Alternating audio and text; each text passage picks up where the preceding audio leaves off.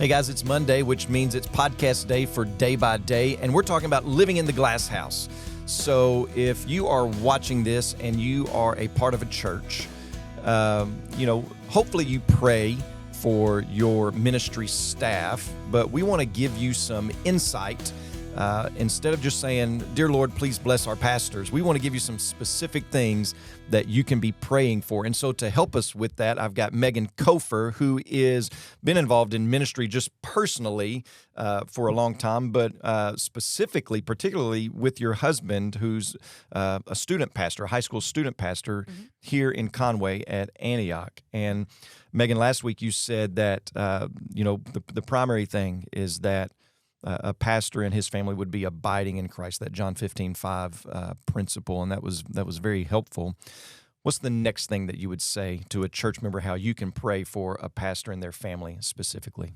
Sure. So I think after you pray for the person individually, for their spiritual relationship with the Lord to abide in Christ, the next thing that is of utmost importance would be for their marriages, for their marriages to be honoring to the Lord, for their marriages to be strong, to have unity and communication. There's a lot of things in ministry that hinder those things, and so to have specific prayer for our marriages, I think, would be really helpful. Okay, so let's talk about just a couple of those things that you had mentioned: unity and communication. Why would unity in a marriage be so important, particularly for a pastor and his wife and their family? Sure. I think, we are humans. We're flawed. We're imperfect, just like you and your spouse may be. We struggle with being angry or frustrated. We have selfishness and pride, just like everyone else. And those things, if they take root in a marriage, they can, completely derail a ministry. If your spouse, especially if you're working in ministry together, like my husband and I do, if we're at odds against each other, how are we going to push each other towards Christ? We're too busy being frustrated, or, "Oh, I can't believe he said that," or, "Why would he do that?" And so being able to work together in unity towards one common goal, is really important in ministry for sure. I find, I talk to a lot of pastors, and one of the common pitfalls that we fall into, and we would never, I don't think we do this intentionally, but it just happens to where the majority of our time, the majority of our effort, the majority of our focus is on ministry to the neglect of ministry to the family. And I think that can be a big divisive, because I think a lot of times, and even in my own life, my wife can see it happening, and she's waiting on me to pull back, and then it'll go a month or 2 months or something like that, and she's just she's lonely, and she will finally say, "Hey, we gotta make some changes here," and it often is around the unity aspect for her to know that that she is my first ministry. And I don't do that very well in my kids. What goes on inside that home has got to be my first ministry, or else there's not any other ministry, right? And so I think that unity is a big one. And then you also said communication. Why that particular aspect within the marriage relationship? I think because the ministry is so all-encompassing.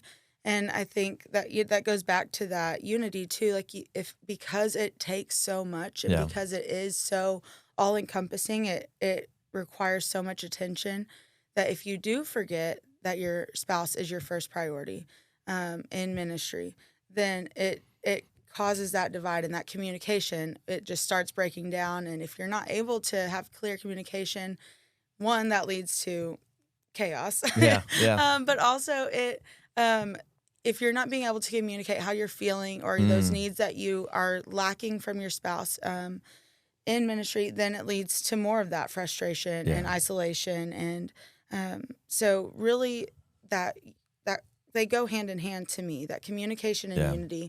You have to have those two things working in unison to be able to push each other closer towards Christ, and to be to have that common goal of, okay, this is our ministry, whether you're literally working in the same ministries or if just for a common goal of the church, you have to work together in that to be able to accomplish that goal. So I think communication I think there's kind of a surface level need for good communication. Then there's a deeper level. So, for instance, like as a pastor, we're constantly planning. We're constantly putting things on the schedule, meeting this person here, or I often tell people that ministry is a lifestyle job. It's not 8 to 4, 9 to 5, anything like that. Like any hour of the day, I can get a call, and a lot of times I will plan something or I will set up a meeting, and the first time my wife knows about it is when she reads it in the bulletin. Oh no! And she's like, "Yeah," or someone else tells her. That's not good. It's not good. That's not good. And so that interrupts. Right. Just family schedule that she's been planning, and she's probably been talking to me about it, and I'm like, whatever. But on a deeper level, and I'd be interested to kind of hear your perspective on this. Pastors carry a lot of weight, they carry a lot of burden for other people. I heard Jeremy Langley said this the other day, that he gets paid to lose sleep over stuff that other people don't get paid. Same thing with pastors; we get paid to lose sleep over certain things. And a lot of times I can keep that in here and forget that my wife has been given to me to minister to me in those critical areas, but I withhold that from her if I don't communicate with her. So how's that working with you and Jonathan? I mean, I know my wife speaks wisdom just to me, not even about a particular situation, but just to me in that. But if I don't communicate with her, right, then she doesn't get the opportunity to do that. Yeah, so I think as wives, we definitely can see those things. It's sometimes it's easier to see than others. Yeah. But at the same time, it's like, well, do we say something? Do we just let it slide? Or, when is the right time to speak up? And I think for us, like, to prayerfully consider, like, what words we speak into our husbands, I think is really important. But that's something that Jonathan and I have been growing in, even just this week. I just got back from Costa Rica on Monday, and so there's a lot of stuff that we had to catch up each other on. Right. When you're on a VSM trip, there's not a whole lot of time for communication. But I mean, one night he just stayed up. I'm a night person, so I stay up anyways. But he stayed up all night with me, just talking about what God was doing and how God was moving.